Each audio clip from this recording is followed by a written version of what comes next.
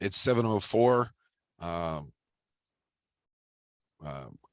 The Dave Giordano was brought to our attention. He's a outreach coordinator with John Birch Society, and he goes into multiple states, and he's on the Constitutional Convention. And he presents the issues in a way that's understandable and is documented. And I can't say enough about him. Outside of Joanna Martin, he is probably the second most important asset in Pennsylvania as far as Constitutional Convention goes, and protecting our Constitution and respecting it. And I know I've been, my background is, I'm going back to the early 90s, and we've been firmly against it. And I've been working with a great many activists behind the scenes, including, believe it or not, the ACLU back there when it was capable of independent thought. And so the importance of this is it goes to the core mission of the Constitution and the Bill of Rights. And so I think this is a timely issue, and I look forward to a vigorous discussion. And I respectfully recognize Dave Giordano. Thank you. Is that my cue? Yes, it is. Okay. Thanks, Kim. A little bit about, real quickly, a little bit about myself. Just grew up in Marlton, New Jersey. Just about spent my whole life in Marlton, New Jersey. My career, I have been in the radio business for over 30 years. Most of my time, the director of national sales at B101 Radio. We were the biggest radio station in Philadelphia, #1, and have been a member of the John Birch Society since 1994, and a very, very active member. While I wasn't doing radio, I was busy with the John Birch Society. Been married, we're celebrating 35 years next month. And came on full staff just recently with the Birch Society, because to me, everything I ever learned, it's all coming down. The dominoes have been lined up by the insiders, or the globalists. Insiders was a term that Robert Welch, our founder, used. And now the dominoes are falling. We are in World War III. I've believed, but then I heard some experts, for example, Dr. Lee Merritt, orthopedic surgeon, expert in biowarfare, ex-military, said we are in warfare. It's not the type of warfare that you're used to with bombs and things like that, but this has been planned out, everything that you see. However, there's one thing that's in their way, and that is the Constitution. Tonight's presentation, you've seen a movie where there's a plot and a subplot. There's several people that do presentations, probably more informative than me. Joanne's one of them, that's very detailed, knows even more in detail about it, but I take a different angle. And this is the danger of a constitutional convention and the deep state. I take it from a little bit different angle. That's the subplot. If you don't know about the John Birch Society, the John Birch Society was started by Robert Welch, and he was a savant. He graduated from college at 16 years old. And he started the John Birch Society. He was a candy manufacturer, but he started the John Birch Society because this savant recognized and identified the globalists, the insiders, as he called them. And they didn't like that. And he used the word, especially back then, you hear it more now, that no one liked to use, and that was conspiracy. People said, don't call it a conspiracy. You'll scare people away. He said, you must call it a conspiracy. First job of a conspiracy is to convince you there's no conspiracy. If you shine the light on a conspiracy, it falls apart. And that's what the John Birch Society is about. I can get more into him another time. But there's this, quote, new idea by an organization called Convention of the States, relatively new. I think it's 2014 it started. President is Mark Meckler. And this, if you go to the website, their website says, I support the Convention of the States project.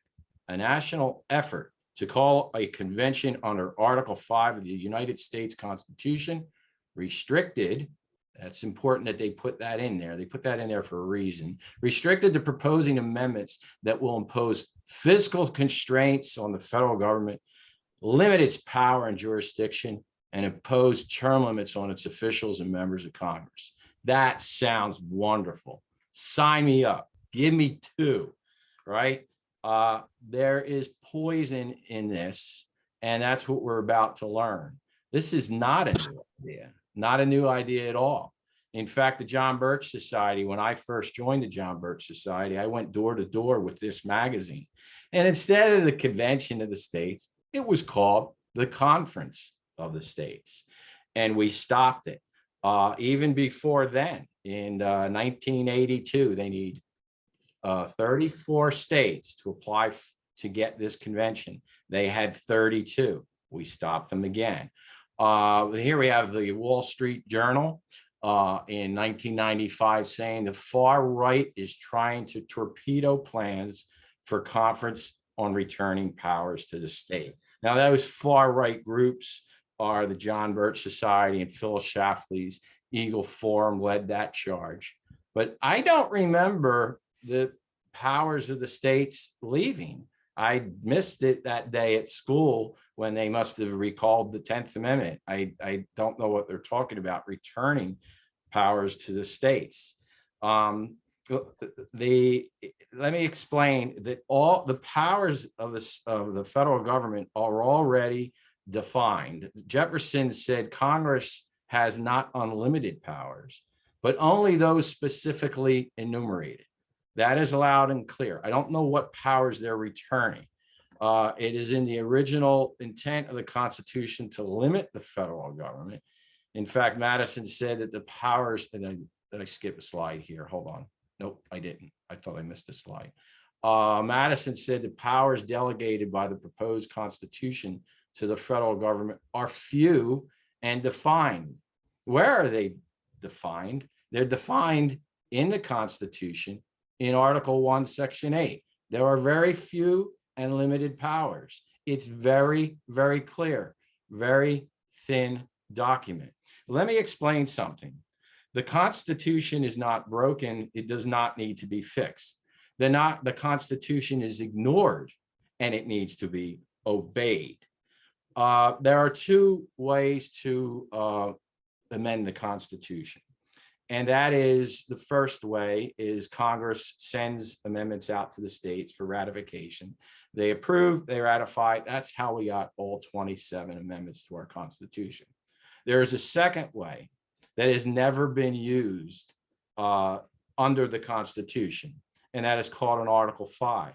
And that's where the states apply to Congress, and then Congress calls the convention and amendments are proposed and then ratified, but it's never been done before. Now, the Convention of the States says this cannot be any runaway convention because there are rules, and rules like informed consent with the shot and all things like that. No one would disobey the rules, so you should feel safe about that. So with the Article 5 convention, the founders in the Articles of Confederation, the states were told back then to revise the Articles of Confederation. That was their instructions.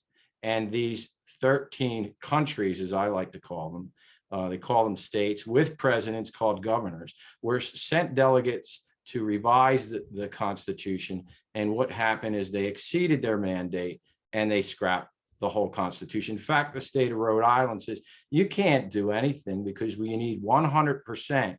And we're not going to send a delegate, so you can't do anything. So what they did is they scrapped the whole Constitution and came up with a new one at this convention. The Convention of the States says that can't happen. I don't know how they can say that if we've never had one under the Constitution, unless they follow the thought process of Nancy Pelosi, where we have to pass Obamacare to find what's in Obamacare. So maybe we should have the Constitutional Convention to find out if we can limit the Constitutional Convention. There is an argument between the Convention of the States. They say this is not a constitutional convention. This is a convention of the states. Robert Brown of the John Birch Society goes deep into this, very deep. Joanna goes into deeper into this. I'm not going to go that deep. I'm just going to tell you there's two ways to amend the Constitution. The first way through Congress and the second way through an Article 5. And that's a constitutional convention. There's no third way listed. And then there is one other definitive source, and that is Black Law's Dictionary, which has been used in the legal system for over 100 years. And their definition is a duly constituted assembly of delegates or representatives of the people of a state or nation for the purpose of framing, revising, or amending its constitution. Any one of those calls for a constitution, calls it a constitutional convention. Article 5 of the U.S. Constitution provides that a constitutional convention may be called on application of the legislators of 2/3 of the states. So they are claiming that it could be a limited convention. However, once that convention is called, the rules are not, they sell this to the people as the states and the legislators are going to have control. They're not. Once that convention is being held, that is a sovereign body. They can do whatever they want. And who is going to write the rules? No one knows who will write the rules. And who will be elected the president of the convention? No one knows. Maybe that's why George Soros put her in as the vice president of the United States for this day when they hold this convention. The proposing of amendments rests entirely on the delegates. That you're being fooled if you think that the states are going to have control over the state representatives. Even if they did, and we'll get to this a little bit later, even if they did have control, the state representatives are very suspect in themselves. I'll get to that in a bit. But the cheese in the trap, there's many of them. But let's start with the first one. No one's going to argue that the government is out of control with their spending. I mean, we've had $30 trillion debt, now up to 31 trillion. Trillion is an outrageous number. So no one's arguing that. But the Constitution already limits it, limits the federal government. We're not enforcing it. So they're proposing a balanced budget amendment. This is the cheese in the trap. An uneducated electorate makes this sound like a great idea. But all the balanced budget amendment does is if the budget is here and they need to balance it, they just raise taxes and now the budget is balanced. See how great that was? No. The other thing is under a balanced budget amendment, the amendment is not valid in times of war or in times of emergency, such as the war on terror or the war on drugs or the war on global warming. We are in so many states of war and emergency right now that the day that they pass it, it's obsolete. Not that it would work anyway. And then Mark Levin proposes this balanced budget amendment. The balanced budget amendment will actually legalize what is now unconstitutional. Things that are unconstitutional, like foreign aid, there's nothing in the Constitution that says we can give your money to another country. But under the balanced budget amendment, as long as the budget is balanced, now it is constitutional. So another cheese in the trap, the line item veto. I'm not going to get real deep into this, but the founders gave a firewall between the different branches of the government, put a firewall. And one of them is the legislation originates from the House of Representatives, and the executive branch has no power.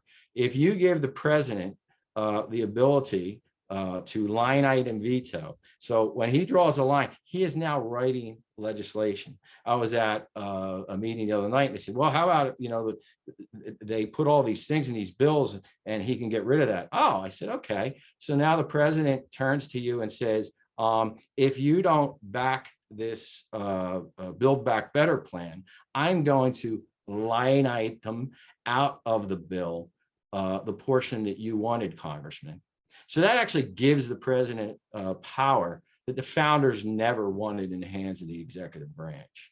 Then we go to, well, let me get into something else. A lame duck Congress or a lame duck politician. Everybody knows what that is. That's when a politician is voted out of office in November, and there's a short period of time where he or she is lame duck. And that means that that politician jams in things that they wouldn't even dream of before the election. What I usually ask a live audience is, why is that? And someone wisely says, because if they put that into a bill prior to the election, they might not get elected. I said, hold on to that thought. Afterwards, if they're voted out of office, they put disastrous things in there because they are unaccountable. This lame duck amendment, would you support this? Why don't we extend the lame duck? Now, I took this from a presentation from Robert Brown, I got to admit, because I thought it was so good. We're going to extend Congress, who holds 2-year terms. We're going to have a lame duck and for 2 years for the House of Representatives and extend that 1 month for 6 years, Senate. Anybody think that's a good idea? At this point, when I'm live, usually people look very confused. Why would anyone want that? And then I respond, many of you do. It's called term limits. That's right, term limits. If we had a Congress that had, let's say, 3 years term limit, that's 6 years. So if I'm a Congress would be term limited out. 30% of Congress would not be accountable to their electorate. Does that sound like a good idea? That means if you call your congressman or your senator 6 years, if you call your senator and say, I want you to vote against Build Back Better, and the senator says, please stop calling here because I don't represent you for 6 years. You can't elect me back in. By the way, the founders, this is not a mistake by the founders. Term limits were in the Articles of Confederation. They removed them in the Constitution. And when they created a Congress, they replaced term limits with something better. And that was frequent elections, specifically the House of Representatives. Why the House? Because the Constitution says all legislation originates from the House. What is all? Is that 99%? No, all legislation. Also, all revenue originates from the House.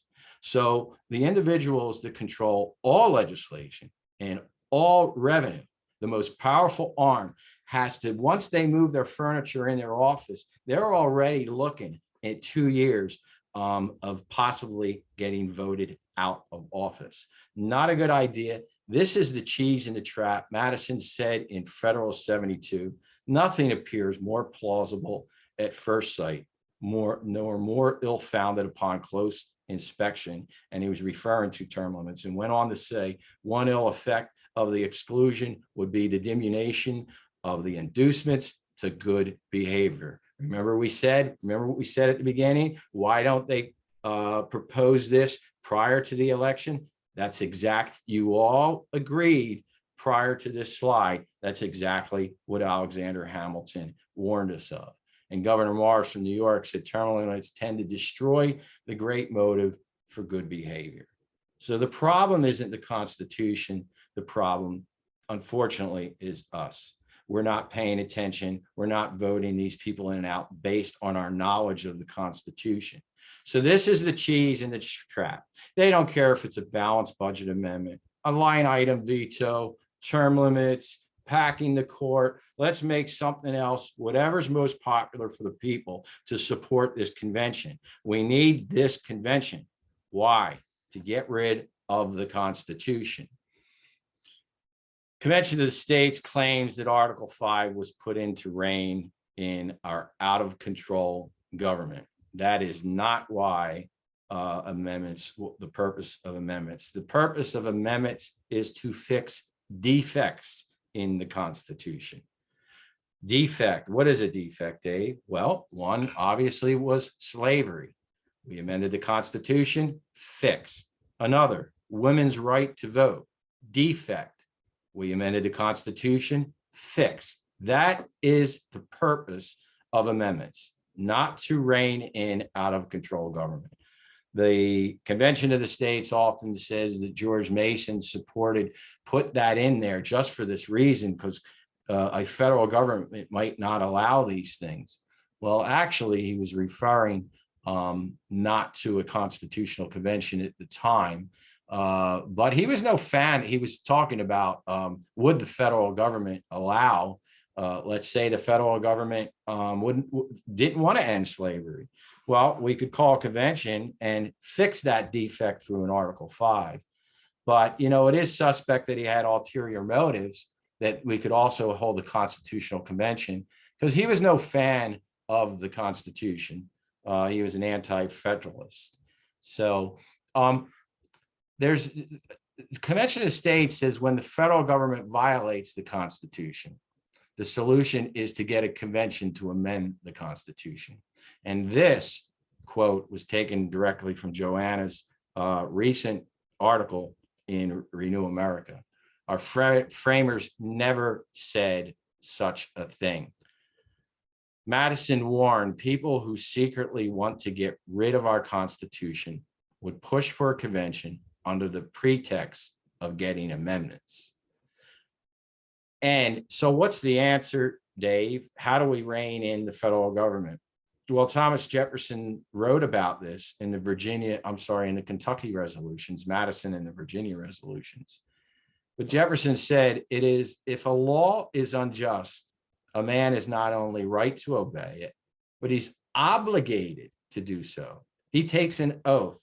And I'm referring mostly to our state representatives. So when the federal government is out of control, our state representatives are obligated to say, nah, we're not going to do that.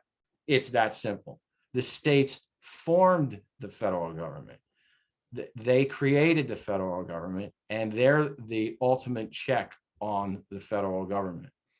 Jefferson went on to say, where powers are assumed which have not been delegated, a nullification of the act is a rightful remedy. Dave, give me an example of nullification. Probably one of the ones most commonly used is the Real ID Act. The House of Representatives passed it. This is like 2005, I believe. The Senate passed it. The President George W. signed it. It is law. And you know what the state said? No, it's not in this. It's not one of the enumerated powers. We're not doing it. And I can go on to a list of other examples, but it's up to the state representatives just to simply say no. The states are parties thereto, have the right and the duty, not like, well, should we push back on this? No, your state representative swore an oath to uphold the Constitution, and their duty is to tell the federal government, no, this is wrong. If they're not doing that, they're not doing their job or swear to their oath. So we at the John Birch Society say enforce Article 6, not Article 5. And Article 6 goes on to say this Constitution shall be made, this Constitution and the laws of the United States, which shall be made in pursuance thereof, shall be the supreme court law of the land. The most important part of that line, shall be made in pursuance thereof, implying that if it's not made in pursuance thereof, then it is no longer the law of the land. And it is up to the state representatives to decide that. Let's get into credibility with the Convention of the States. This is the Convention of the States website. There's a list of people here. They say that they're endorsers. I know the top one is. Not sure about the others. They say they are. I guess Mark Meckler is. But there's one down there, Matt Staver. If you don't know who Matt Staver is, he is the head of the Liberty Council. He's had several cases before the Supreme Court. One of them recently, he won. If anyone had heard back in March, I think it was in March, the state of Massachusetts has 3 flagpoles. One is the flag of the United States of America. The other is the flag of the state of Massachusetts. The third, any organization can fly their flag. The communist flag was up there, the Muslim flag, the pride flag, every flag was up there until someone wanted to fly the Christian flag. And they said no. It was the only flag ever turned down. Well, the person who wanted to fly that flag was Hal Shurtleff, a former coordinator for the John Birch Society. And he went to Matt Staver, and they won that case. And the last time, I think it was like July, I guess about 8th, was the last time a flag ever flew on that pole, and it was the Christian flag. And I believe they'll never fly another flag again. They're going to take that pole down, I believe. So give you a little bit about Matt Staver. But the point is, he's up there as an endorser. And a member of the John Birch Society emailed him and said, how could you possibly support this? And his reply was, I understand your concern. I have not addressed this issue in years, nor have I endorsed this measure. It has come to my attention that several years ago, someone added my name to a brochure as though I was an endorser. This was done without my approval. We've got a credibility issue here, and this is only one. I don't even have time to cover them all, but State Representative Dorothy Moon, in this interview with Alex Newman, who is a senior editor of the New American magazine, talked about a petition that she saw and saw names of people that she knew. And she addressed those people and said, why are you endorsing this? And they said, I never signed those papers. So there's a credibility problem here. And I can go on and on. Now, I might upset a lot of Mark Levin fans. I call him the not so great one. But Mark Levin goes on telling his followers that the left-wing liberals are against the con, and that's why they can't get it through. That's an outright lie. Prior to this, the left wing was pushing it, still pushing it, but they're kind of in the background, and they're going to let the conservatives, what's the definition of insanity? Doing the same thing over and over without any effect. So now they're going to get the conservatives and the people on the right to put the final bolt in the head of the Constitution. So this man has been backing, he's been backing Wolfpack, who pushes for an Article 5 Convention of the States right on their website as the best way to accomplish its ultimate goal. Go to their website, go to this article, put in the New American, Google it, read the whole article. But more important, let's get to a little idea of what George Soros's motives are. Let's take a listen.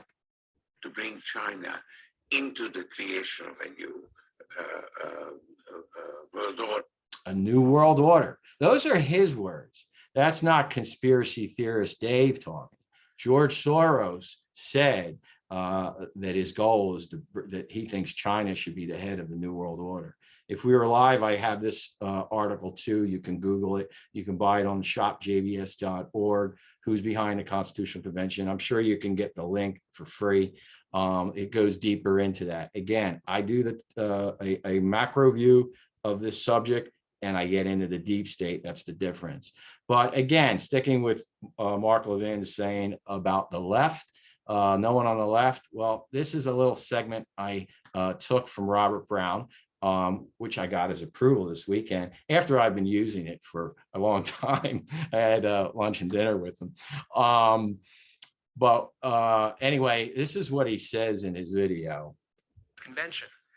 In fact, I did a little research and found a few liberal organizations that have publicly endorsed calling for an Article 5 convention. Here's the list I came up with. I found a few.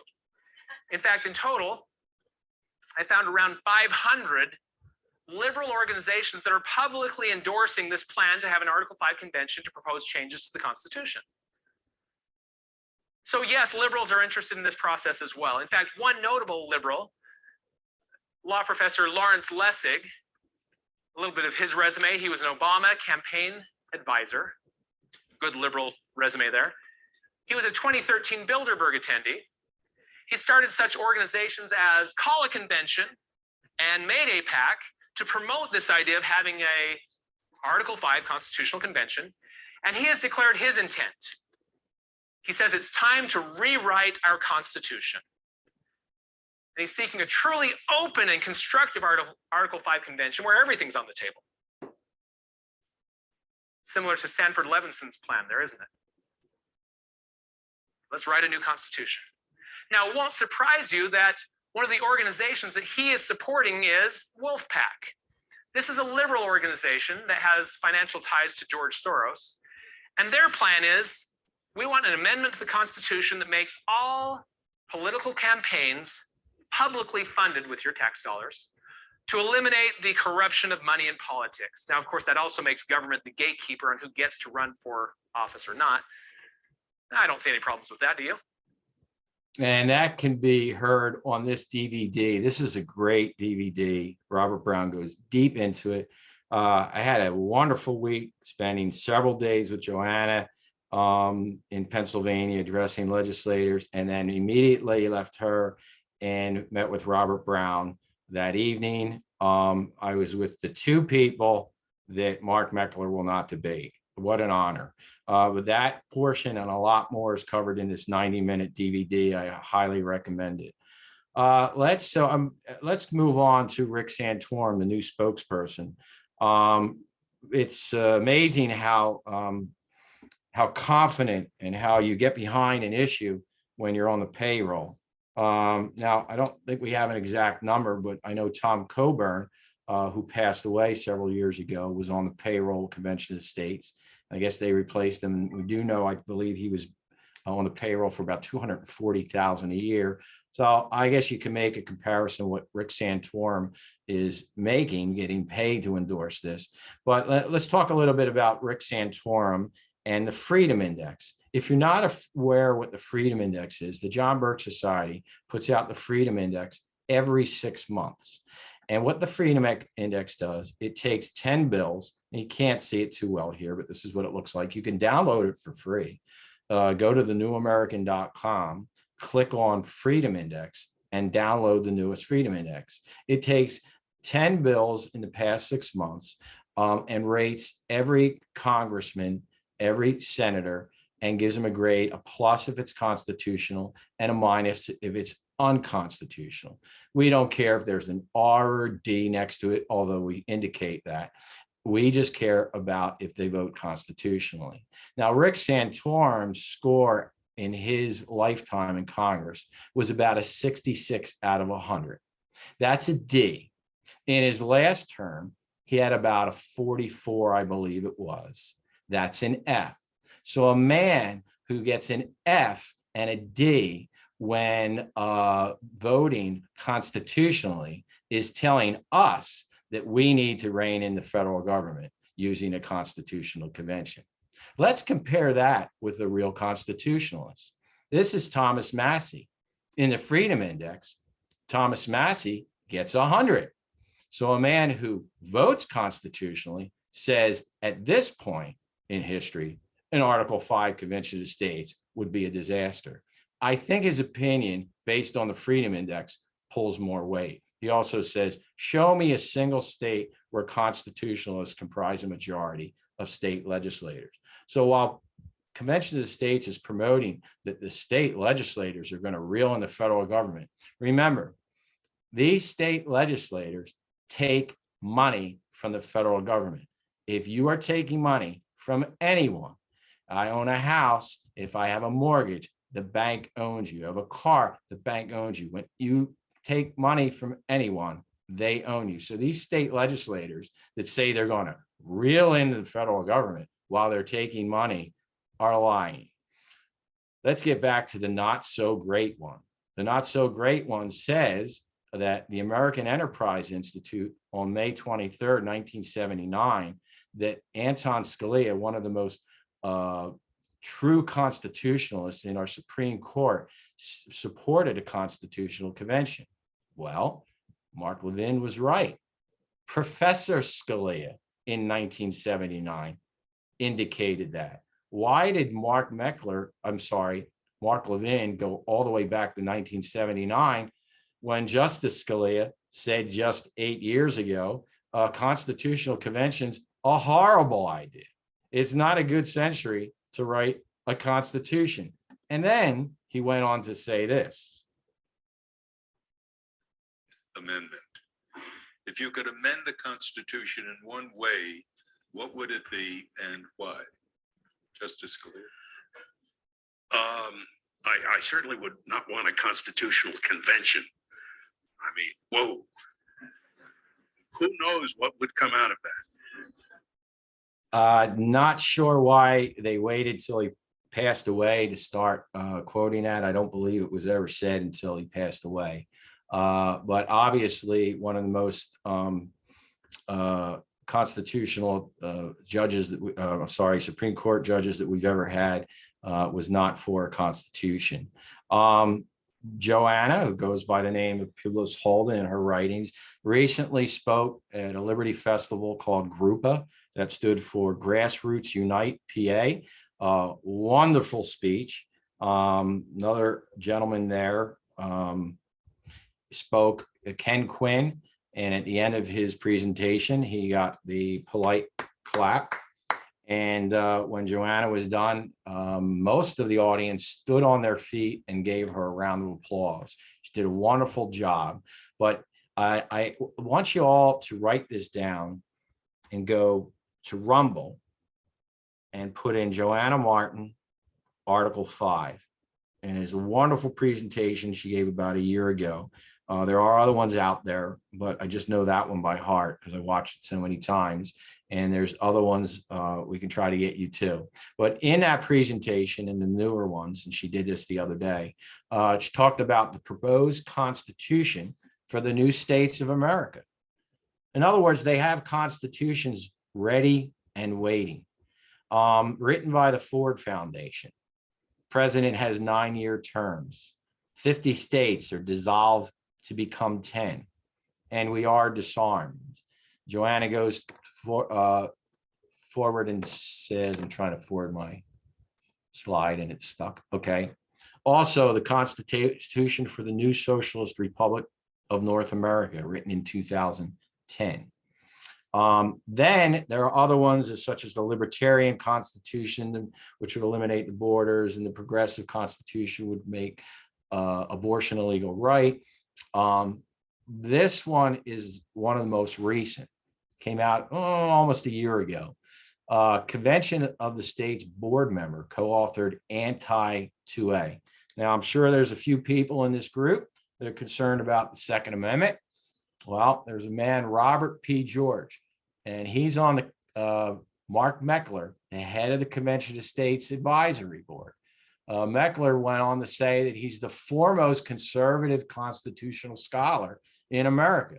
So the Convention Center down here, the Constitution Center down here in Philadelphia, I say down here because it's right about 20 minutes from me, I guess, right over the bridge. In his conservative constitution, he writes, this is a part of it, neither the states nor the United States shall make or enforce any law infringing the right to keep and bear arms. Sounds pretty good. Of the sort ordinarily used for self-defense and recreational purposes. Whoa. Provided that the states in the United States in places subject to its general regulatory authority may enact and enforce reasonable regulations on the bearing of arms and the keeping of arms by persons determined with due process, like the January 16th, 6 people and such due process, to be dangerous to themselves or others. Now, usually when I lie, I like to say right now, I'm very dangerous to all of you because I have not accepted an unauthorized gene therapy shot. And I'm dangerous to myself for that. And many of you are dangerous because some of you are Christian. Also, you may be dangerous if you went to a Board of Education meeting. So this is in the conservative constitution that was proposed to the Convention Center, which I believe was founded by either the Ford Foundation or David Rockefeller, the globalist, in this conservative constitution. He's a member of the Council on Foreign Relations. Remember at the beginning of this presentation, I said there's a plot, a subplot. We're going to get into the subplot, and that is the Council on Foreign Relations. This is David Rubenstein. He happens to be on the he's a chairman, a co-founder, chairman of the Carlyle Group, but he happens to be with the Council on Foreign Relations. He's a chairman of the board of the Council on Foreign Relations. He's also with the World Economic Forum, and he's a board of trustees to the National Constitution Center that's promoting this conservative constitution. Interesting. Let's get a little deeper into the Council on Foreign Relations. I left my books in my car. I usually hold this book up. I have a copy of it. I have the hardback right behind me. David Rockefeller says, for more than a century, ideological extremists at either end of the political spectrum has seized upon well-publicized incidents such as my encounter with Castro to attack the Rockefeller family for the inordinate influence they claim that we wield over American political and economic institutions. Some believe we're even part of a secret cabal, working against the best interests of the United States, characterizing my family and me as internationalists, and of conspiring with others around the world to build a more integrated global political and economic structure. One world, if you will. If that's the charge, I stand guilty, and I'm proud of it. They are telling you to your face what they're going to do. And then I'm going to play a little video of David Rockefeller with Dick Cheney. A special televised meeting of the New York-based Council on Foreign Relations provides a window to the real story. The speaker, Vice President Dick Cheney, takes a question from David Rockefeller. Vice President, I just enjoyed so much your whole speech, but I was particularly pleased that you gave such a strong endorsement for the free trade agreement for all the Americas, subject that has been of great concern to me for many years, and particularly recently, and I think it's absolutely essential for the strength of our economy. Rockefeller's role in the drive for an FTAA was a lot more central than he portrays. Rockefeller cultivated Latin American leaders who could be counted on to support such a proposal. Both the 1994 Miami Summit and the FTAA proposal were conceived and nurtured by a Rockefeller-created network. Prominent among the organizations sponsoring the Miami event were the Council of the Americas, founder and honorary chairman, David Rockefeller. The Americas Society, chairman, David Rockefeller. The Forum of the Americas, founder, David Rockefeller. The Institute for International Economics, financial backer and board member, David Rockefeller. The Trilateral Commission, founder and honorary chairman, David Rockefeller. Rockefeller's influence also extends to the current administration. He was chairman emeritus of the CFR when Vice President Dick Cheney once served as a director, a relationship that Cheney concealed during his congressional career. It's good to be back at the Council on Foreign Relations. As Pete mentioned, I've been a member for a long time and was actually a director for some period of time. I never mentioned that when I was campaigning for re-election back home in Wyoming. Now, usually I stop that video after David Rockefeller's initial talk because when I'm live, but I don't know if I could start it up on virtual. But what I normally say is most people, and this is the problem is not the Constitution. It's not broken. It doesn't need to be fixed.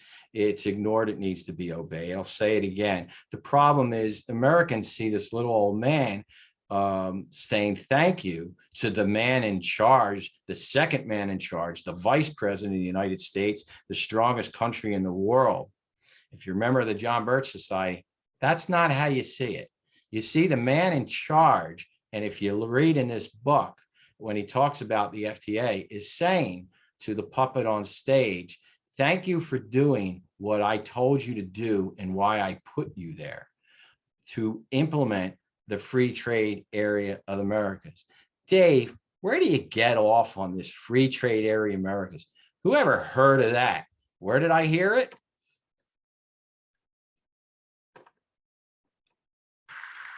My administration will work closely with Congress toward this goal and to take another step toward completing the free trade area of the Americas. I heard it from the President of the United States. What is the free trade area of the Americas?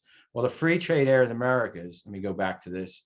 The John Birch Society stopped the free trade area in the Americas. See, in order to form world government, You can't get all the countries of the world to join the world government. You have to create regional government first. Then the regions join the world government. And the free trade area Americas was the merging of the Western Hemisphere, North America and South America. With the John Birch Society, what did I say in the beginning? The goal of a conspiracy is to make you think there's no conspiracy. But Robert Welch said, when you shine the light of truth on it, it just falls to pieces. This issue of the magazine made the FTAA fall to pieces when the John Birch Society exposed it. Now we have candidate Barack Obama running for office. Very, very interesting video here. There's a man in the audience, little sweatshirt, baseball cap. Looks like, what does this guy know? He throws him a compliment, then he gives him the zinger. Listen to what Barack Obama says. Senator, first of all, thank you for honoring the wishes of the people and not taking lobbyist money.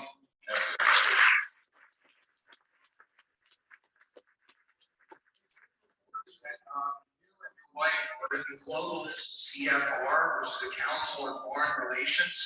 I'd like to know if that is true. And also, I'd like to know where you stand on the North American Union, which has been confirmed recently in the press.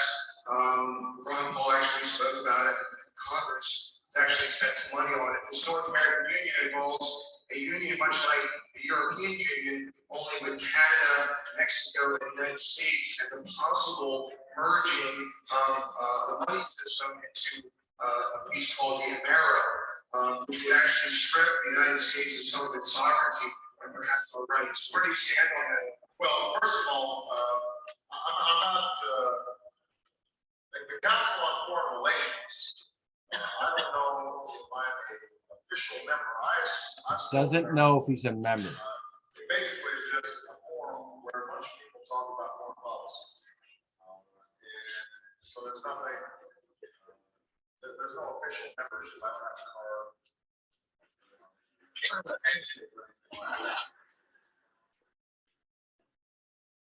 In terms of this North America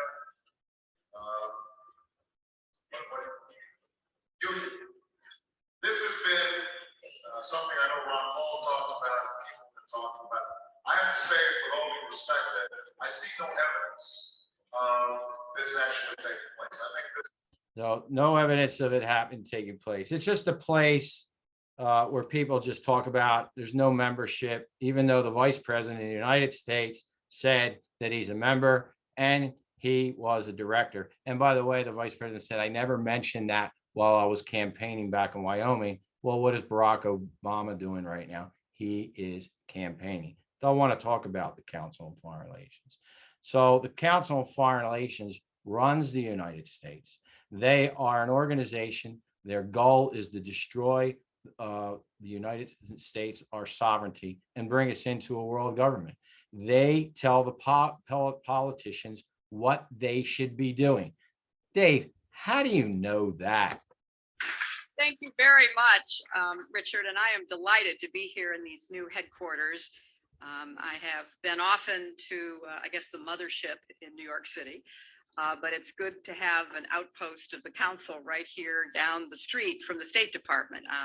We get a lot of advice from the council, so this will mean I won't have this far to go to be told what we should be doing and how we should think about the future. I know because she told me. That's how I know. And then this volume was a little bit low, I think. So take a listen. This is Richard Haas, president of the Council on Foreign Relations. And he says, I guess I should mention I work here at the Council on Foreign Relations. And Joe Biden, this is when Trump was in office, responds. Probably should introduce myself. Everybody. My name is Richard Haas, by the way. I work here at the Council on Foreign Relations. And I work for Richard. And I work for Richard. They're telling you. They're telling you. And they need to get rid of the Constitution to create a new world order. This issue of the New American gets into it, explains who they are, names the names, explains the Council on Foreign Relations, get your hands on it. This is Professor Carol Quigley in his book, Tragedy and Hope, he says there does exist and has existed for a generation an international Anglophile network, which operates to some extent in the way the radical right believes the Communists act. In fact, this network has no aversion to cooperating with the communists or any other groups, and frequently does. I know of its operations of this network because I've studied it for 20 years and was permitted for 2 years in early 1960s to examine its papers and secret records. He says there is a conspiracy. I don't know why they want to keep it secret. And he was Bill Clinton's mentor. Dave, how do you know that? And then as a student at Georgetown, I heard that call clarified by a professor named Carol Quigley. That was candidate Bill Clinton, his acceptance speech to become the president of the United States. That's a pretty important speech. You know, you get your name in there, you're pretty important. And Professor Carol Quigley got his name in there. And this is what he writes about. He actually goes on to say that the argument that the two parties should represent opposed ideas and policies, one perhaps to the right and the other to the left, is a foolish idea acceptable only to doctrinaire and academic thinkers. Instead, the two parties should be almost identical so that the American people can throw the rascals out at any given election without leading to any profound or extensive shifts in policies. What do I mean by that? Well, like take 2002 when the House controlled the Republicans controlled the House. They controlled the Senate. They controlled the White House. After 9/11, ask any ninth grader, what should we do? I don't know. I'm just a ninth grader, but maybe we should secure the borders. Did they do that? No. Let them vote the rascals out with any. People said to me when Barack Obama was running, are you voting for John McCain? No, I'm not voting for John McCain. You voting for Barack Obama? No. Well, then you're giving Barack Obama a vote. No, I'm not. John McCain is a member of the Council on Foreign Relations. And he is accountable to the same person that Barack Obama is, although Barack Obama is not an official member. And then when Mitt Romney ran, same thing. You vote for Mitt. Well, that's a vote for Barack Obama. I go, no, it isn't. I'm not voting. Mitt Romney is a member of the Council on Foreign Relations. Let the vote the rascals out without leading to any profound change in policy. Dave, where are you going with this? And where I'm going is this Constitution is in the globalist way. We're going to get to an end of this soon. Who started the Council on Foreign Relations? This is Edmund Mandel House. And in his book, Philip Drew Administrator, he tells us he believes in world government described by Karl Marx. He was Woodrow Wilson's right-hand man. Woodrow Wilson said he's the first man I see when I wake up and the last man I see before I go to sleep. He's my alter ego. And it was House that got through a couple planks of the Communist Manifesto, the graduated income tax, centralized banking system called the Federal Reserve. And in his book, he called this world government, this fictional world government, the League of Nations. Then after the war, World War I, they proposed the League of Nations. Of course, Americans were much more protective of their sovereignty then and said, nah, we don't think we're going to do that. So then he started the Council on Foreign Relations to start indoctrinating and bringing people in to move the United States, break our sovereignty down and move us toward a world government. Then he helped facilitate the United Nations after the League of Nations failed. And the United Nations is not a good idea gone bad. The United Nations was designed by its founders to become the world government. If you don't believe me, you go, but like, as I said earlier in the presentation, to form a world government, you need regional government. You can go right to the Council on Foreign Relations website. I don't know if it's still up there, but I downloaded a copy in 2005. Building a North American community. When they couldn't get the FTAA passed and North America and South America merged, they said, okay, maybe we bit off more than we can chew. We're going to try to just merge North America. And this was the plan. This is the blueprint. Lou Dobbs, back when he was CNN, talked a little bit about it. The Bush administration's open borders policy and its decision to ignore the enforcement of this country's immigration laws is part of a broader agenda. President Bush signed a formal agreement that will end the United States as we know it, and he took the step without approval from either the U.S. Congress or the people of the United States. So I guess that's why he got a bullet through his house. I don't know if you remember that. You can Google that. Maybe he was blowing it. But again, the John Birch Society spread the truth of light on what they were doing. We got millions of these magazines out, and we stopped the North American Union for now. More information on the Council on Foreign Relations is the deep state. You can go to Shop JBS, learn more about it. And we're getting to the end. Robert Wells said at the founding of the John Birch Society that there is just one thing and only one thing in the whole world which the communists fear today. It is that despite their tremendous influence in our government and over all of our means of mass communication, the American people will wake up too soon to what is really happening. They were concerned that people wake up, and what is now happening right under their noses. The only thing which can stop the communists is for the American people to learn the truth in time. That is why the John Birch Society was started, to educate the people, to learn the truth in time, to stop it today. What is their goal? President George H.W. Bush, member of the Council on Foreign Relations, told us what their goal was. Of its founders. We have before us the opportunity to forge for ourselves and for future generations a new world order, a world where the rule of law, not the law of the jungle, governs the conduct of nations. When we are successful, and we will be, we have a real chance at this new world order, an order in which a credible United Nations can use its peacekeeping role to fulfill the promise and vision of the UN's founders. Their goal is a new world order, and the United Nations will, they're telling you, but that Constitution is in their way. The USMCA, United States, Mexico, Canada agreement is just a repackaged North American Union. That agreement is not compatible with the Constitution. They need to get rid of it. They need to get rid of the Constitution so that the USMCA can go full in effect, and then we'll have the regional government. And then it'll be much easier to form it once that goes into effect. Let's get back to the Convention of the States and finish this.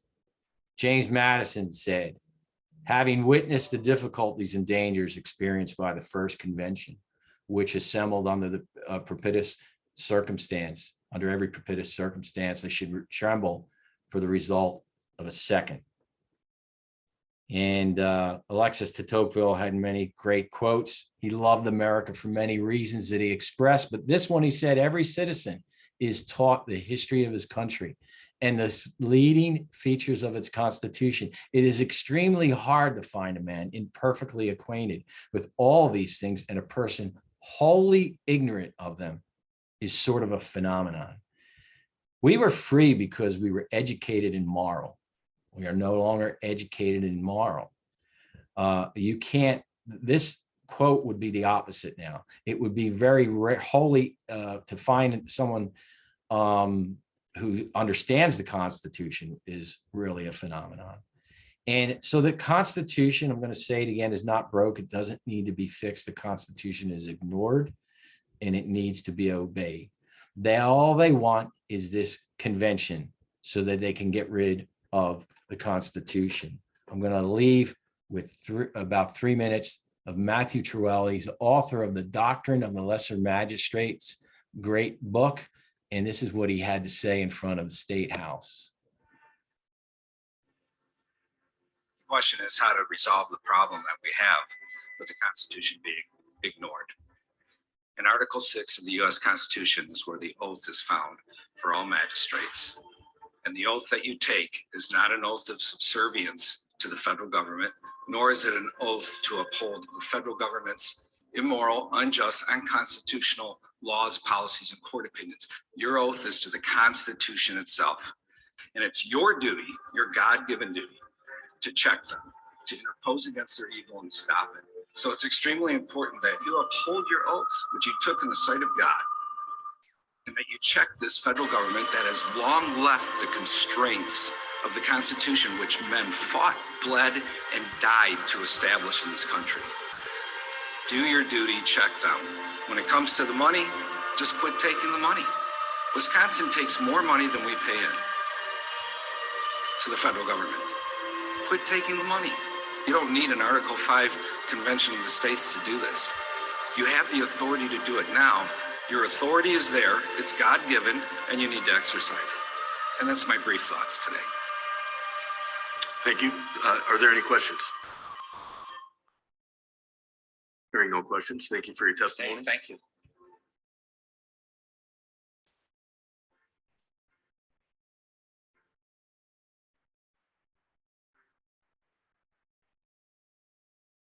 We are winning this right now, but they will never stop. It's going to come down to who wants it more. We won in Ohio. We prevented an application for a convention of the states or an Article 5 convention.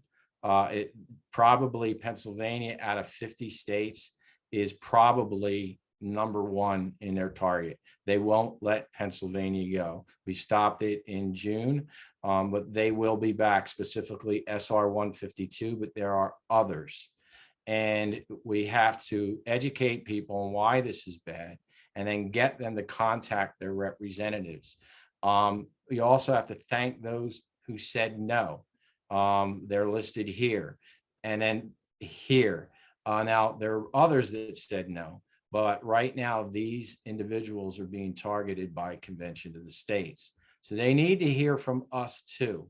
On the other side, I'm going to skip through this and get right to the end. Oh, there is one other thing that's popped up recently. I should spend more time, but we don't have time. You know, the Convention of the States says, oh, the federal government doesn't want a convention because, you know, they don't want these things. Well, the federal government just came out in HR 101 and also 8419, and they're inviting a constitutional convention. In fact, they want all applications, and they want to mix applications, balanced budget amendment, term limits. We don't care. We'll just put them all together. In fact, we'll include all those that were rescinded in the past and include those just to get our convention. You can go to the John Birch Society website under action steps, click on there and say no. In Pennsylvania, Brian Fitzpatrick is a supporter of this. So let me end. I really appreciate your time. I took a lot of time and get right to, these are some tools. Stop a constitutional convention. You can get them at Shop JBS. Support an Article 6. Bring it to your state legislators. I met with my state legislator along with Joe last year. This is a picture from last year, but we just met with her this week. Again, these are bills in Pennsylvania. Try to meet with your state legislator. If you can't meet with them, call your state legislator. If you can't call them, go to jbs.org, take an action step, and send an email. They do pay attention to contact. There's people out there fighting for freedom. Hanover, Pennsylvania, back in June. This is Southampton, Pennsylvania. This is the Grassroots Unite information table. This is Joanna on stage this past Saturday, waking people up. Then on Tuesday, actually this should be Monday, in Hanover, Pennsylvania. No, I'm sorry, that is in Harrisburg. Missed another slide. This is in Harrisburg, Joanna meeting with, I think it was up to 18 representatives, 18 or 20 representatives in 3 separate sessions, addressing them. And then Robert Brown that same night flew in from Utah to Telford to, this room goes back. I think there was about 50 to 75 people there, educating people. I'll be out tomorrow in Johnstown, PA, giving the same presentation. And that's it. If there's any questions, on this, I invite them and hope that I can answer them. Thank you all for joining me. Any questions? This is Representative Kiefer. And I have a question. One part there where I get to is, so how do you rein in the judiciary, right? So you fight back on a lot of these things. I'm a pain in the neck for sure. And then they take it to the courts, right? And the courts are legislating from the bench. I mean, how do you rein in the courts? Well, the courts, the judges are to serve. People say, well, it's a lifetime. They are to serve in times of good behavior, the Constitution says. So we, the people, through our legislators, should be able to take them off the bench. I mean, everybody makes a big deal of Supreme Court Justice Ginsburg and everything she accomplished. The day that she said that she leans on international law, she just violated her oath and should have been removed from the court. It should be done, that way. I don't know if there's a better answer, but yeah, and we have the resolution to impeach WET, and we able to do it. In my opinion, Frank Ryan drafted it. Was very articulate. It was not political. It's all on the actions that violated his oath. And so you go back to, it's a courage of conviction, because we can't get the leaders to actually run the impeachment bill. That's true. That's true. But I could be wrong that it still falls under the state legislature. The court says it's in the opinion of the Supreme Court. I've got to go back and Jefferson wrote about this, the Supreme Court, but it's in the opinion. They're not the sole arbiters of the law. By the way, just so you know, people that when I met with Senator Eichelberger and Representative Steve Brooks, the whole upper crust of the COS, the Convention of the States people, including Mark Meckler, was in their office.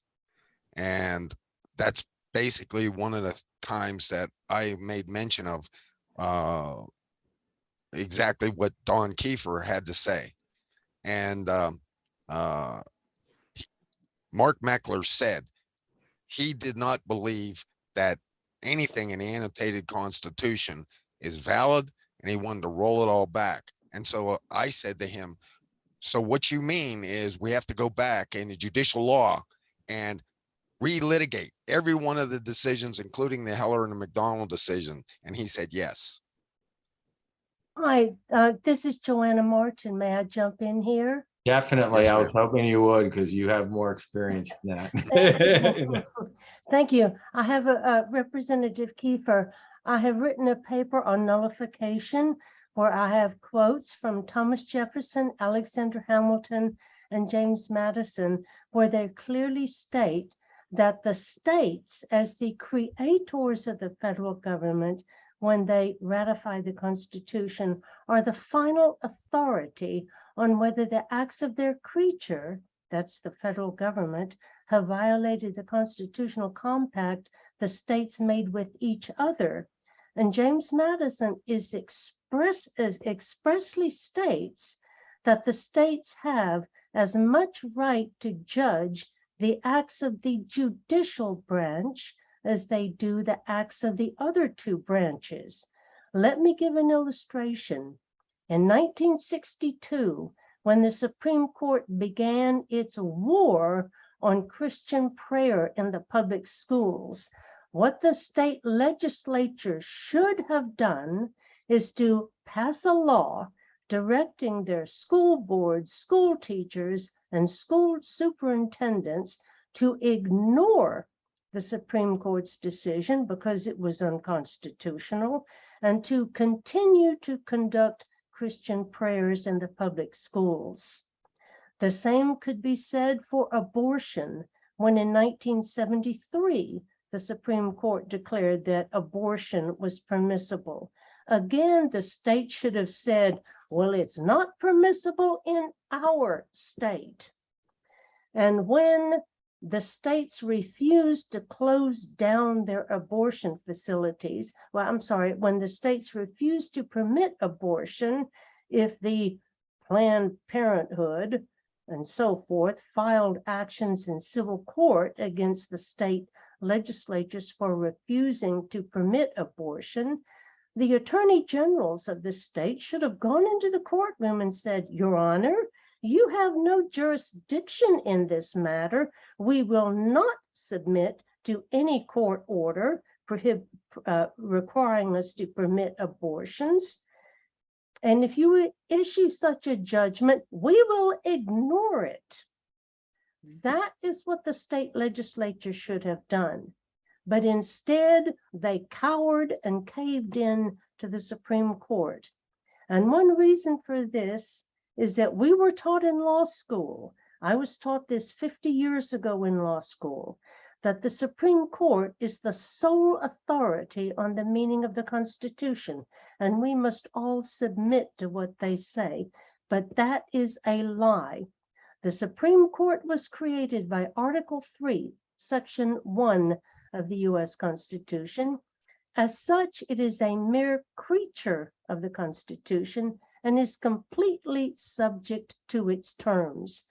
If I can get in touch with you, Representative Keeper, I'll send you my paper on nullification, where I have the quotes from Hamilton, Madison, and Jefferson telling you what I just told you. Thank you. Thank you. Yes. Thank you, Joanna. Anybody else?